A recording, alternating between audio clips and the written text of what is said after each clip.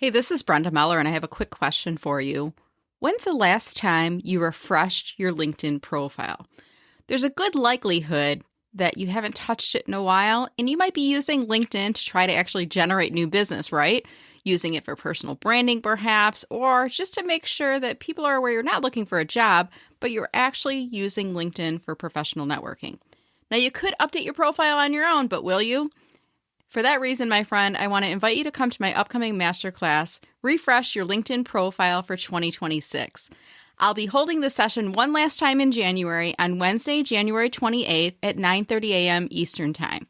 During this 90-minute masterclass, I'm going to walk you through a checklist that I use to update my profile. Yes, the very same techniques and tips that I use to update my profile. And I'm going to do live demonstrations of that profile review and instruction on how to make the updates. I'll also talk a bit about the latest LinkedIn algorithm changes and how it's important to understand as it relates to your profile. Plus, there'll be time to work on your profile and ask me questions. This is going to be 90 minutes well spent working on refreshing your LinkedIn profile for 2026 with me as an expert by your side. If you're interested in registering, go to mellermarketing.com/refresh2026 or check out the link in show notes. Now, onto the show. Welcome back to the podcast. Hey, I don't know about you, but I'm having a little bit of a hard time getting into my routine as we start the new year here. And part of my routine is fitness and just staying healthy. I interviewed Dr. Preeti Jha back in December and decided to wait until all the New Year's, I remember at the gym, we call them the resolutioners, until the resolutioners were done working out at the gym to bring in this episode. And she talks about the importance of having strength strategies if you are a woman aged 40 plus who is self-employed. Now, full disclosure, I was in her program, her Strength Shift program, and she was also a member of my signature program, which is called the Recipe for Social Selling. And she was looking to learn LinkedIn. I was looking to learn different strength training tips, and really just had a great conversation here. So what you're going to discover is if you listen to this episode, she talks about strategies that might be conflicting with some of the information that's out there.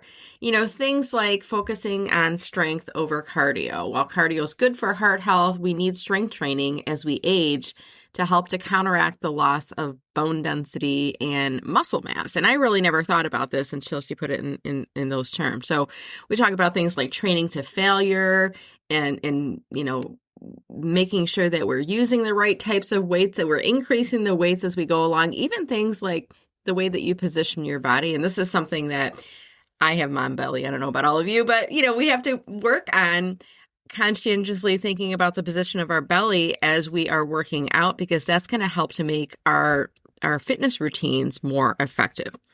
So I do hope that you gain some new takeaways from this episode. Even if you're a standing desk person like me, you'll hear her technique of how to use that more effectively so that you're not getting tired and it is helping your posture. I do hope that you enjoyed the episode. If you did and we're connected on LinkedIn, send me a message there if you could. With that, on to the show. At any rate, I want to welcome our audience. For those that are watching, we're live streaming on 3 networks this morning. My name is Brenda Meller, and this is my show. I call it Enthusiastically Self-Employed. And I'm very delighted because I have Dr. Preeti Jha joining us today. Hey, Dr. Preeti, how are you doing today? I'm doing good. I'm so excited to be here today. Yeah, likewise. And for those that are joining us in the audience, whether you're watching us live or in the playback or maybe listening to us in the podcast later, we'd love to hear from you. If you're on LinkedIn, drop a comment below. That lets us know that the live stream is picking up, and that way we can see who's in the audience with us here today. For those that have been following my podcast and my Zoom and things like that for a while, you'll know that I've been having some audio issues lately with my Zoom, specifically my microphone. And it's been carrying over to my podcast. I think I got the issue fixed. So if you're watching today, let me know if you can tell the difference in the audio. Is it sounding better to you? I think I've got it all resolved. And Preeti and I, we came in the pre-show and we did a quick tech run through. So you should be hearing both of us loud and clear. But it makes me feel better, Preeti, when I hear from the audience. It lets us know the live stream is picking up. So I want to just encourage our audience, don't be shy. If you're interested in joining in on the conversation at any point throughout, you'll have the opportunity to do so. All right. And today we're going to be talking about strength strategies for women aged 40 plus. And you might go, wait a minute, Brenda, you're on a professional networking platform. Why are we talking about that? And this is intentional. When I came across Preeti, we're going to talk about how we know each other in a minute, but I was thinking about the fact that when I was back in my corporate career, I remember there was a point after my kids were born and I started to feel a little softer and not as great about myself. And I started getting back into fitness again. And I started working out at the gym and getting back. And then I felt like my career success and my physical, my mental well-being was all related. So when I started to feel stronger and healthier, I started to feel more successful in my role. And I know this is not just me. So with that said, Preeti, you and I, we were talking in the pre-show. We met, I guess, originally through Amy Porterfield's community, Digital Course Academy, Momentum. And then I think we really started talking when we both joined Masha Gowen's program, which is called Hey to 100K. Now, I know a little bit about you, but for the benefit of our audience, those that are watching live, why don't you take a minute and tell us about yourself? Tell us your name, what do you do, and who do you help? Sure. Hi, everyone. I'm Dr. Preeti. I'm a physical therapist and women's strength coach.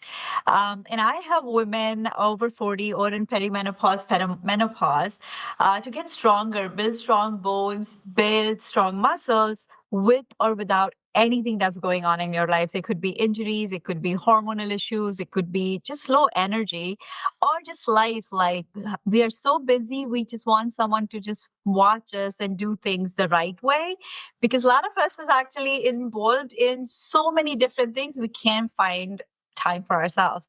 So I am the support system that you need without hesitation in this phase of life. That's wonderful. And we're going to have a great conversation here today. You can see the topic that's up on screen: strength strategies for women age 40 plus who are self employed. If you fit in that category, stick around and listen for the whole thing. And even if you don't, stick around, because this might be something that you can share with others as well. And you might even be able to pull some of our the discussion points into what you're doing right now here as well. So I want to start, Preeti, by just asking the question: why is it important to focus on strength if we are women age 40 plus? What would you say? One of the most important thing is our hormones are changing. Our hormones really start to change as we are in our 30s, 35s, and anytime after that. The peak hormonal age is like 22 to 30, and then everything is downward. And the main hormone, if nobody's ever heard that, is estrogen, which is really out of whack. And what happens is, I always like to say, think of like you're going driving in like a very rural area and there's no network. That's what estrogen is. It's suddenly like you're going through and its body's not getting that reception that it needed to just act the way it was. So beat your joints, beat your heart, beat your blood vessels, everything is supported by estrogen. And so suddenly we start seeing changes externally in forms of dry skin and internally in form of the liquid. The same fluid is kind of like losing. So your joints, you hear the clicking and the cracking or tightness. And suddenly deeper level physiologically, you're losing that muscle mass that estrogen was helping build. You're losing that bone density because estrogen was supposed to build and kind of like take away the dead stuff. And that's not happening. So now we start losing the density because of that. So, why we need to build strength? The only way to build strength is to put stress on our body, which sounds negative, but it's a good stress. It's the stress that the bones need, the stress that the muscle need by working on it. And that happens with strength training. This is great. And I want to say, I feel like lately society is starting to embrace the fact that this is something we should be talking about. It used to be in polite society, we didn't talk about women aging and women going through menopause and changes that were happening. We would just talk and we would kind of joke with each other. We'd make funny sounds when we're getting up from the couch, and we'd hear our knees creak and things like that.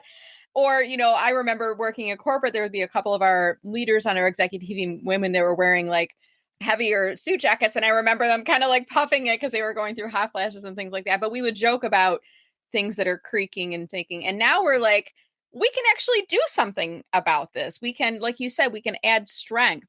Now, I was just in on my annual physical and I brought up my practitioner asked me a question: what are you doing in terms of exercise? And I said, well, I'm actually in a program and it's focused on strength training. You should see her eyes light up. She was so excited about that.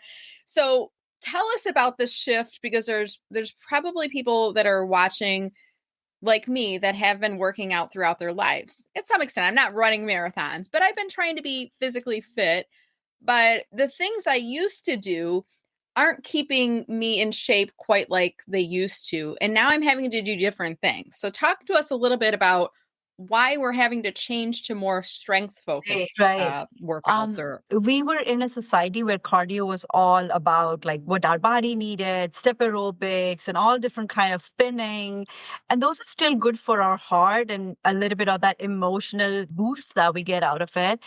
But like I said before, strength training is what loads or stresses our joints and muscle. So rather than go on the cardio part, this phase of life is not about pushing through, it's about actually taking that pause and building. Because like I said, we've lost some stuff, or we're losing, as especially as menopause approaches. There's like a big spike in like 10 to 20% of all those hormonal changes that's going to happen. So this is the phase at 40 plus to 50 is where we can really push through, but it's still not late if you're like 40 plus. And rather than pushing through, there's two concepts that's really important when we work on our muscles and our bones and joints is overload. And overloading is Mhm. you're doing less. So like I know we come with like we have to go for an hour of exercise class. And I Yeah. know so many Yep. of my patients in the past or clients would say, yeah, but this is not long enough. And that's the thing. It's not long, it's strategic. And if you understand the concept Mhm. of, okay, how that one exercise can solve that problem for that joint, that's enough. So, like overloading the muscle, but learning in the right way so you don't injure yourself, that's one. And then finding that what we called as how many reps. You don't have to do too much, but you do have to come up with the right form or the right alignment that every exercise gives Mhm. you the most. So what happens is I just had something Mhm. put yesterday on my social media where this person, women was doing a wrong exercise in a step aerobic class.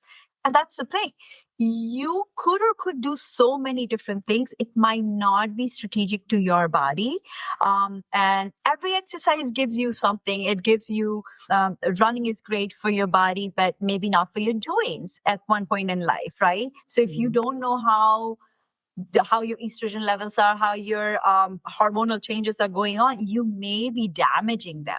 So slowing down Mhm. and incorporating overloading, using little weights, not little weights. I take that back. I'm actually opposed to the pink and purple weights. I always say that.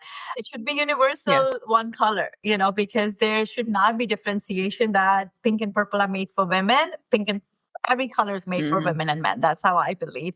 But understanding what your body can handle is important in this Yeah. phase of life. So that's kind of where I will end this. Yeah. Yeah. Yeah. So let me ask some questions. I've asked you these questions having now worked with you, and you're retraining my brain the way I think about it, and a few things that you've already addressed. So your workout doesn't need to be an hour of heavy cardio, I heard you say. Now I'm gonna ask you that, like, how long should our workouts be? But also I want you to talk about, for me, I've been trained to think every workout I should be working up a sweat.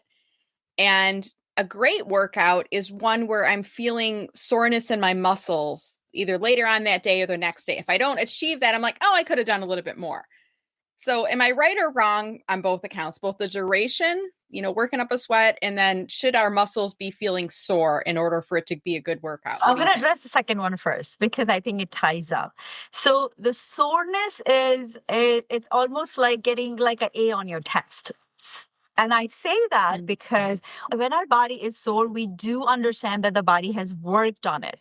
Now, sweat may or may not be associated with that because some people just don't sweat as much. Some people sweat more. Mm. So it depends on your metabolism. So working a sweat is only like you're pushing yourself too hard if your body is not like that. But soreness is a concept. Okay. If you really load your muscles well, and there's another concept called failure, finding your failure. Like, is 30 pounds too much weight for me to do a bicep curl? If that is, and I can do more than Mhm. one rep, that's my failure point. So maybe I need to work 20 to 29 pounds and get myself ready for that. The concept is called Mhm. delayed onset muscle soreness. It's called DOMS.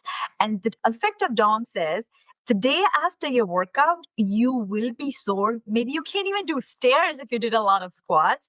And Right? Yeah. why did I do it? I shouldn't go and work out the next day. But the answer is you actually should. but maybe half of that load, half of that reps. And that's kind of where your body keeps going. That's the stress I was talking about in the early part of our conversation. The body needs the stress and the load. So to answer that question in two parts, yes, you do need soreness because you know how your body feels. Now, if you do enough, if you do regular exercises, those same exercises may or may not feel sore. And so you need Mm, flexibility, mobility to keep that. Soreness can also come from tightness. And that's a whole different like mm, mobility conversation for that. But mhm. soreness is a good thing, but as you keep developing, you will have new sorenesses because you're loading your muscles more. That 30-pound of bicep curl, now I'm Okay. doing 40-pound of bicep curl. And that's why we keep progressing. So answer your question, how long? I am all about keep it a short, sweet session, break it into the whole week. But if you don't have time, maybe let's Mhm, just say you have only 3 times a week that you can do, then it becomes a longer session. It's not about 1 hour mhm. sessions, it's about 5 or 7 exercises that you constantly learn to load and reach failure, develop that strength, develop that bone density, and that's it. So it doesn't have to be too long. Long answer short. Okay, that's good. Related to that, and we're on LinkedIn here today. LinkedIn's my main network. This is going to go on YouTube, and this will go on my podcast later. And people are like, "Why am I listening to these people talking about fitness and working out and weights and sweating and things like that?" So, share with me, if you could, what do you think is the link between being healthy, feeling strong, and career and business success? Where do you see that kind of tying together? I think as a professional, we need to feel good in our bodies inside out. How we show up outside is how we feel inside. And what really keeps us going inside is our physical and emotional state, how our well being is. And that ties in is how well you take care of yourself.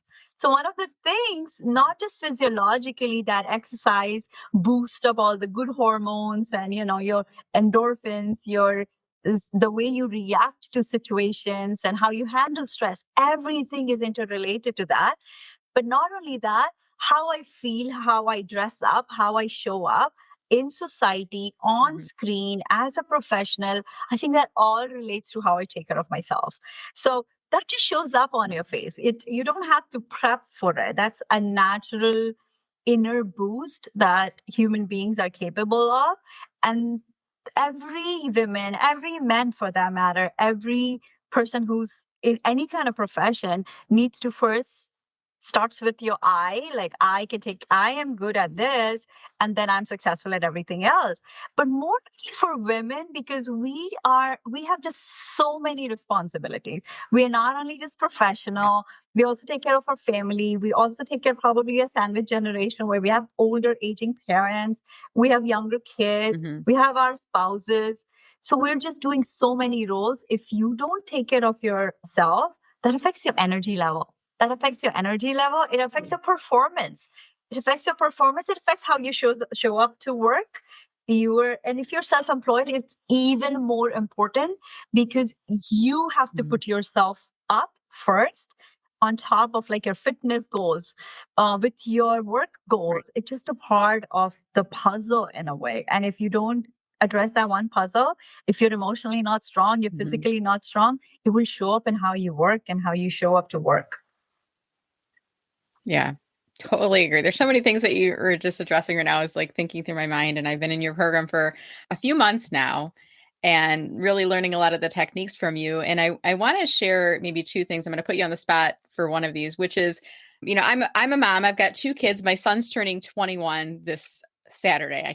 I know I'm not a 1-year-old, but be that as it may, I've got a 21-year-old and a 14-year-old, and I've talked to you in your program about having a soft middle, and that's always been my problem area. I've always wanted to have good tight abs, and we had a conversation about that.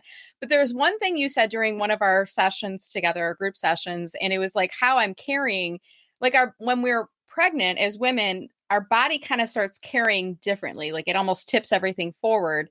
And I remember you saying this, and since you've said this, I don't know if I've even shared this with you. I've noticed, and I'm catching myself, how am I carrying myself? And I've noticed that I'm now consciously pulling my abs back in, so I'm tipping where my cage should be, so to speak. And you said this in your workouts as well. So can you share with our audience? This is like a bit of an impromptu. Can you walk us through that Yeah, technique and of the abs? that is very huge, and I'm glad you remember that because I'm all about like I say enough that it annoys, but it like just sticks to everyone, right? So think about two scenarios: one if a woman is pregnant, or if a woman wears a lot of heels, like high heels. All right, Yeah. what happens is our pelvis positioning changes. So if you imagine our pelvis is supposed to be here and kind of like tips forward. Mm-hmm. When it tips forward, it puts a lot of pressure on your lumbar spine or your back. Now, if you go back to women who are pregnant, their ribs also flares up. So because of the way they're carrying and the space, the new space that's created, all of that post pregnancy, and even if you've never had kids, again, like that example of wearing high heels, it's kind of like similar situation. So two things can Mm-hmm. happen in this scenario. One, you will be associated, or you will always have a chronic back pain because it Yeah. puts too much pressure on your lower back. Now, if you can, the second one is you will just not have a hard time reducing that belly, which eventually, because of menopause, Right. goes into that high visceral fat. Women are just like more accustomed to that. And then we call it the meno belly, right? So it looks like Mm-hmm. you always have that little meno pouch and you have that belly. We just Right. can't get rid of it. And all of that, the short, quick change, long term is obviously working on your ab muscles and separating your upper ab, lower ab, obliques, and all of that. The short, quick fix is you find what I call is the deep core muscle. That's your transverse abdominis muscle, which stabilizes your spine. Now, Mm-hmm. suddenly, if you can correct your tailbone, which is what I always say, like tuck your tailbone in, you corrected that forward to back. So your back almost looks like a flat back.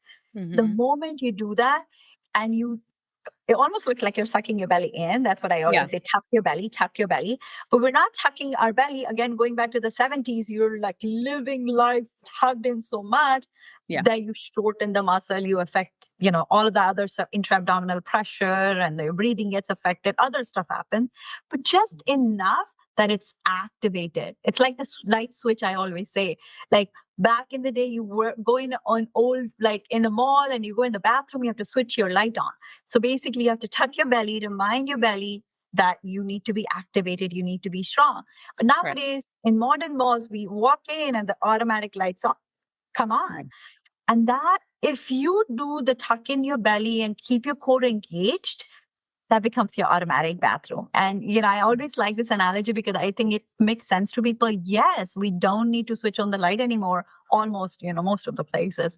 And that muscle group is such an important muscle for how your back is, how your pelvis is, Mm-hmm. basically how your torso is. And if that one thing you can take away from today's conversation, just any exercise, it can Mm-hmm. change how your body looks. I've noticed it, and it's such a small thing. Even as she was talking, I'm going to address something next, which is I'm at a standing desk, and I'm going to put you on the spot with this other question I asked you when we first started working together. But right now, I'm at a standing desk, and as she was saying, I'm doing it, and I'm noticing my abs are feeling activated, but not in a way that's like painful. It's actually relieving pressure on my lower back. Which, oh my gosh, what she just said, that all makes sense. It's all being processed here.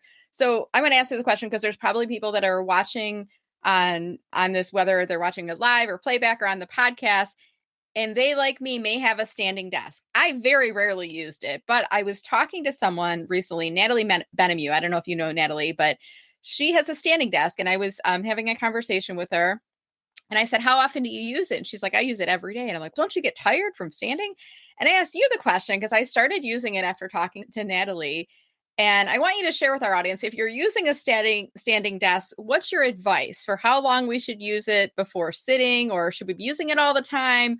What are your thoughts there? Yeah, there are few things. The longer you do, it's going to affect your posture because our muscles are going to get tired. That's like the short, quick answer, right? So Mm-hmm. the soft spot is 60 to 90 minutes, not extending 90 minutes. So the best way I tell clients or patients is switch every 90 minutes if 90 minutes is good enough. Like if I'll say what's comfortable. This is like my book, What You Can Do. The comfortable is 30 minutes. Now, 30 Mm-hmm. minutes is hard because everyone, especially your audience who are like self-employed, they're on meetings all the time. Right. Most of the meetings run an hour. You're not going to like stand up and then I'm sit like, down. hold on a second. I got to move my desk. Exactly. So that's why 60 minutes is the soft spot. If you have a good posture, if you don't have any pain, aches, it could be your foot, your knee, your back that can start to hurt. And so every 30 minutes would be ideal if you ask me. 60 minutes is doable, 90 minutes is stretch. And Okay. I think everybody, so that's why 60 minutes people can change. The next meeting can be seated. My favorite thing, if you have ever been my client, you know that go stretch in between your meetings because then Right? your body just like is ready for that next. And you've not overdone standing or you've not overdone sitting, because either ways it's going to affect your body in the long run in a bad way, because we Yeah. should be moving more than standing and we should definitely not be sitting. So that kind of is how the breakdown is. That's great advice. And I started doing that. Like once you told me that, and now I'm like, now I don't feel guilty because I feel like Natalie was doing it all day. And I was noticing I'm getting tired. My back is getting tired. My legs are getting tired. And then you told me that. I'm like, oh, every 90 minutes. So I will, if I'm not moving my desk from standing to sitting, I am going for a walk with Pepper or I'm taking a break. I'm getting out from behind my desk. Some mornings, what I do, Preeti, is I'll be at the standing desk all morning, and then to the afternoon, I move to sitting. So I'm switching back, but I'm still taking those breaks in between. Now I'm seeing. I asked if anyone has any comments or questions to drop them in chat. I am seeing a lot of people talking about the cold right now. Pam is joining us from really cold Michigan. Carrie's in Arizona. I'm sure it's not cold in there as well, but Linda's joining us from Chicago, where it's really cold as well. Preeti, it's hard to get outside and go to the gym, and even the act of like getting into workout mode. It's really hard for us. So any advice for us when the weather is cold? Where do we get that motivation from to get out and get active? What would you say? And hi from Michigan. I used to live in Michigan, so I have a soft spot for Michigan. I lived there for like 7 years, and I live in New Jersey, so it's very cold here too today, Yeah. especially. So I'm a big on. I say there's 6 to 7 fundamental exercise everybody should do, no matter what. If you want to live 90 and 100 and be healthy, because you could live 90 and health that 100, but you may or may not be active and healthy and independent. And I actually have like 3 97-year-olds right now. They're all active and walking and doing everything, which is what I pursue. Everybody should be able to do it. So the one exercise, especially everyone who has a sedentary job, self-employed, they're sitting in front, they have all these projects they have to finish, is squats. And it's really not squats like in the gym squats. Think of chair, sit to stand. All you have to do is stand up, go tap your butt to the chair, and come back up and do 10 of those. Right? Okay. Let's see. I always say you're reading or you're on a voice call, maybe not a video call, and then you can do that while you're on the call. So that's one, right? Yeah. The second one I always say is add some kind of stretch to it. But you can grab a water bottle and you can start going up and down, like something simple, but your upper body stretches, our upper body strength. Think about you in your 60s and trying to put a suitcase over in the airplane. Yeah, like That's in the the most. overhead without asking somebody to help you with it, right? Exactly. And that's a big thing. And that is such an easy exercise. But I love overhead movements because it's not just mobility. Because unless you're an electrician or a plumber, you're never going to reach overhead mostly, right? We try to keep things in our reach. So it works on mobility and strength. So whatever you have next to you, keep some dumbbells next to you, keep water bottles, filled Oh, I like water that. bottles next to you, Mhm. right? And then just stand up and do some leg kicks backwards and sideways. And Brenda's been in my program, so you know it. I'm big on it. I love the booty begins, and I just like try to. But if you're doing standing on your desk and working on things, just doing some side leg kicks and back leg kicks is so amazing, Mhm. because walking muscles are your glute muscles, your back muscles, your butt muscles.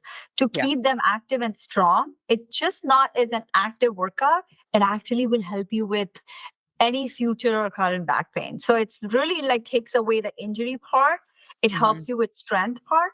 So Mhm. between like I said, the squats, the overhead for upper body, some leg kicks, you're good if you can't even go. And I think it gets your cardio going up too, right? The Yeah. squats are one of the most wonderful exercise. Yeah. So I see Carrie saying 65 is still cold for I get it, Carrie, because in Arizona you have like really, really hot days and 65 can be a bit brisk. It's all relative. I get that. And she also mentioned she gets so involved in her work, she forgets to move. It's about mindset and building a routine. And I think that's important. I think about, for me, Preeti, there's 2 times of the day what's the best time for me to work out. First thing in the morning, after I'm done walking the dog, of course. Or I actually find like later afternoon, like 3 to 5 when I'm reaching my energy low. But I think it's really important to establish the routine. In your program, you have like, we do a workout together and then we have to do it 2 other times during the week, but you try to get us to commit to when are we going to do that. So talk to us about the importance, because there might be people watching. They're like, okay, I need to do this. Talk to us about the importance of a routine and how do we figure out what time of day is going to work best for us. What would you say? So I'll address the what time of day best, and I will connect that to women over 40, perimenopause, menopause. And the reason is our energy levels are different, right? Mhm. You and I may have a totally different body, and I'm more active in the morning, I'm more active later in the day. But if you are self employed, here's a little tip. I like to see if you have longer days. If you are, let's say you work 3 or 4 times a week and you have really long days, try to break it and do it in the midday. And the reason is, again, we just talked about it. It not only boosts your hormones, your energy levels, everything, that the second half of the day also becomes very productive rather Mhm. than doing at the end of the day. So that's my little like kind of Okay. caveat. Don't wait till the end of the day where your energy levels are dropped and you're not able to push through a lot. Mhm. So if you could have done that 10 pound, you're probably going to stick with 2 pounds because you're like, I don't want to do. If you could have done 30-minute exercise, you're probably going to do 10-minute exercise. So that's one reason. Um, and then building routine is really having an accountability support. And that's what we do in our program, right? Where Mhm. we're just constantly supporting each other. Find a person, find a buddy. And the least you could do is put it on your phone. Just Yeah. have it on the phone that Monday, Wednesday, Friday, 12 o'clock, before lunch, I'm going to go work out, come back. And even if it looks like basically standing next to your standing desk or sitting and Yeah. then doing few exercises, even that kind of start. I heard someone say that if I don't want to do it, I still do one of that because Mhm. I don't want that break. So that's so important because once we have a routine where we go, we'll do it tomorrow, the tomorrow becomes next week becomes next month becomes next year. Yeah. But if we go just one rep, 5 minutes every day, suddenly your body will start to ask more. Your brain will create that space for more, and you will start giving yourself more time. And that's the mental shift I think we can really work on. Yeah, that's such a point. I'm gonna bring my weights in here. I'm gonna ask for some more for the holidays, some heavier weights that I can use in my office. But when I'm taking my 60-minute, 90-minute break, I'm gonna probably start doing some reps here and there. I'm gonna ask you two. Well, I'm gonna share with you one story, but I want to ask you a question before that as well. In our workout this week, we were doing some exercises which involve side lunges. My one side was fine, and the other side, I was like, well, that's weird. My knee is clicking. It didn't hurt, but I said my knee is clicking. And it didn't hurt, but I'm like, should I be worried about that? Can you share with us? There's probably someone who's listening who's like, yeah, I get clicking knees or clicking shoulders when I'm working out, when I'm walking. What did you tell me and what would you share with others? Yeah, and I actually took advantage of that the case scenario and I added that in my newsletter yesterday because I I was saw like, that. oh, I'm like, you can use me. She's showing me with like blurred out picture of my dog Peppers like working out. I'm fine with it. But yeah, tell us the story. yeah. So people don't think about it. And, again, knee just kind of is like a door, right? It has a hinge motion. It goes up and down and different joints play different roles. But just specific to knee, we don't, when we have knee pain, we think of knee as knee, but knee is connected to your hip. It's connected to your ankle. Hip is connected to your back. And so all of this plays a role. So what I really kind of addressed when Brenda was doing this and she kind of shared, and I'm like, oh, and I know because we work together that personally, I know that she has a back history. So I suddenly connected that, being aware of what it is. I was like, oh, it's your back butt muscle called piriformis. And the piriformis is connected to your hip joint. Your hip Mhm. joint has these two muscles, and the tightness around there, it can connect to your knee, which can pull your kneecap on the outside. And then the kneecap is really not in the center for anybody who's watching this. Suddenly that shift, the joints are not in place and they're going to click. And I know it was probably an aha moment and or like, what is she saying? But if we knew it, the answer was very simple, that you literally just had to massage or whatever kind of soft tissue Right. release your muscles, maybe a foam roller massage your leg, and then you would have fixed it. It might have taken one day or a couple weeks depending on how chronic that was, right? Yeah. But somebody would have never done that exercise or avoided lunges because, oh my God, every time I do this exercise, I hurt. But the answer is we gotta go fix it, make it better, do it less, and then eventually reach the natural, exercise limit. Yeah, I love it. And what I learned from being in your program as well, I work out at the gym. I work out at Edge and they have group classes and there's usually 20 or 30 of us inside the class and the instructor is leading us through the class. What the instructor is not doing is saying, Brenda, you need to correct your form because you're not doing it right. Or if I'm saying, hey, my knee is clicking, I can't ask the instructor, excuse me, my knee is clicking. I can't do that in a group of 30 women, but it's really a great thing for you. And I want to end with the last story, and then I want to ask you a little bit about your business as well. But that is, you said block time in your calendar. And I'm going to give a shout out to my friend Annette. We meet on an accountability call every Wednesday. And I recently learned one of the instructors at my gym offers a class on Wednesday mornings at 9:30. So I was talking to my friend Annette and I said, do you mind if we move to a different day? Because I want to go to this woman's class. She's amazing. She's the one who makes me feel sore the next day. And Annette's like, absolutely. So I've been inspired by you and the things I've done in your program. I want to continue on. It's also a strength training program. But I'm starting to do that during my workday. And that's one of the benefits of being self-employed. We can make our own schedules and we can decide, to your point from earlier, when we have energy to do. So Preeti, as we start to wind down our conversation here today, first I want to ask, are you open to connecting with people here on LinkedIn? And if so, any instructions for them? No, I would love for people to connect. And if you have any questions, send me a message. If you actually joined after listening this, so, give a shout out to Brenda and let me know you connected so I know how we know each other. Yeah, definitely. Yeah. And I'm going to spell it out in case those are listening on the podcast. I'll put the link in the show notes as well. But it's Dr. Preeti Jha. So it's PreetiJha. And again, I'll have her LinkedIn URL that are in comments there as well. And finally, Dr. Preeti, if there's someone who's interested in working with you or continuing on this journey, tell us a bit about the offerings and services that you have and where we can go to learn more. Sure. So I have a signature program, which Brenda was part of, known Strength Shift, where my goal is to not just help you shift physically and be your strongest self, but also have that mental shift of understanding what your body needs and it needs for longevity, so you age gracefully. It's an 8-week transformational program that we, kind of work together very closely, live calls, and I basically know everything about your body. It's not just like a group class and you're doing stuff together. You're actually working on your body while we are together. And then I'm going to have a vision board party so we can align and make some goals, which is in few weeks. It's on my LinkedIn, so if anybody wants to join that, come out and we'll have a party together.